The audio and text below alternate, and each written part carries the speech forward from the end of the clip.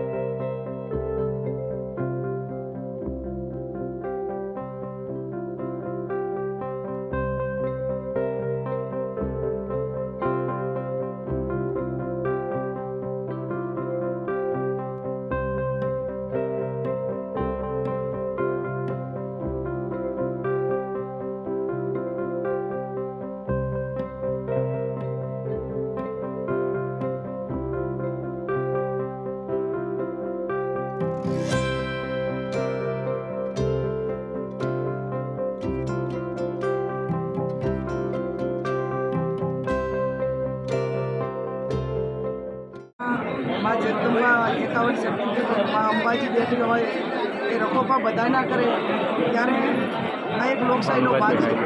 લોકશાહીમાં મતદારોનો સંપર્ક કરવો, આગેવાનો સાથે વાત કરવી અને એમની ચૂંટણી માટે જે નાના મોટી સિસ્ટમો ગોઠવવાની હોય, કોંગ્રેસ પાર્ટીનો ચૂંટણી ઢંઢેરો હોય, લોકો સુધી પહોંચે અને આ પ્રકારની જે અમારી મહેનત હતી એ હવે ધીમે ધીમે આ દાંતા તાલુકો કાયમી કોંગ્રેસનો ઘટવ્યો છે અને લોકસભામાં પણ કોંગ્રેસ પાર્ટીને આશીર્વાદ આપશે।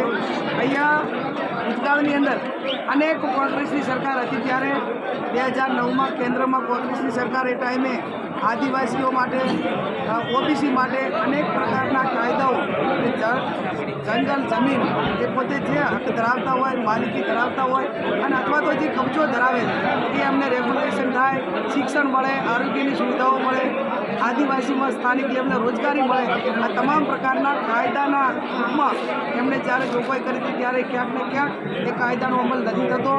દાંતા વિસ્તાર એ બહુ હું માનું ત્યાં સુધી અત્યારે પણ ક્યાંક ને ક્યાંક જે બીજા વિસ્તારો કરતાં ઘણો જ પછાત છે અને ઘણો પછાત છે। ત્યારે વ્યક્તિગત રીતે કે એક પ્રોજેક્ટના ભાગરૂપે આ જીરા ગ્રાઉન્ડ ઉપર જે યોજનાઓ છે, યોજનાઓ કોઈ પણ સરકારની રહેવાની, પણ એનું અમલીકરણ જે લોકો સુધી પહોંચે, એનો લાભ મળે, એ ક્યાંક ને ક્યાંક જે સિસ્ટમના અભાવે જે તકલીફો છે એમાં પણ અમે જેટલું થાય એટલો પૂરેપૂરો પ્રયત્ન કરીશું।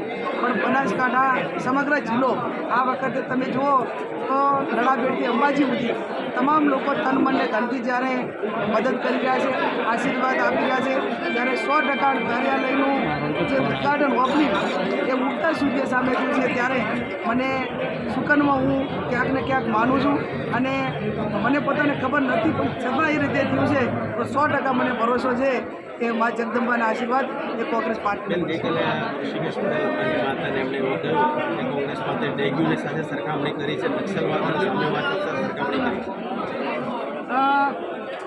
એમના માટે મારે કાંઈ કહેવું યોગ્ય નથી।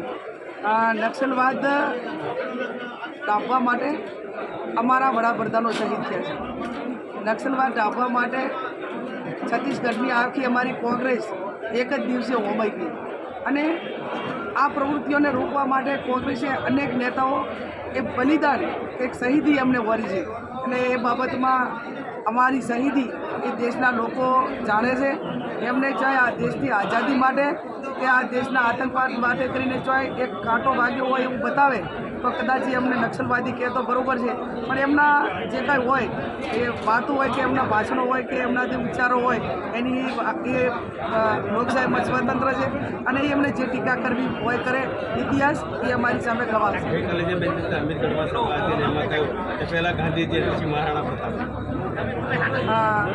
મને કોઈ વાતનો ખ્યાલ નથી। ક્રમમાં જે આવે છે ભાજપવાળા પેલા ગાંધીજીની રીતે સમજણ પાડવી કે ભાઈ હા એટલે એ તો સરમુખતાર શાહી તો તમે એમના ગળથુથીમાં જ છે.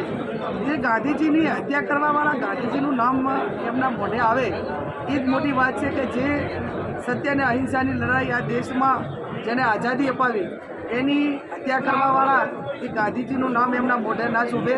અને મહારાણા પ્રતાપ એ તો એક મહારથી કે જેણે અંગ્રેજો સામે કે બીજા સામે ક્યારેય ઝૂક્યો નહોતો. એના સામ્રાજ્ય માટે, એના પ્રજાને વફાદાર રહેવા માટે એમણે સત્તા ગુમાવી હતી પણ ક્યાંય ઝૂક્યો નહોતો.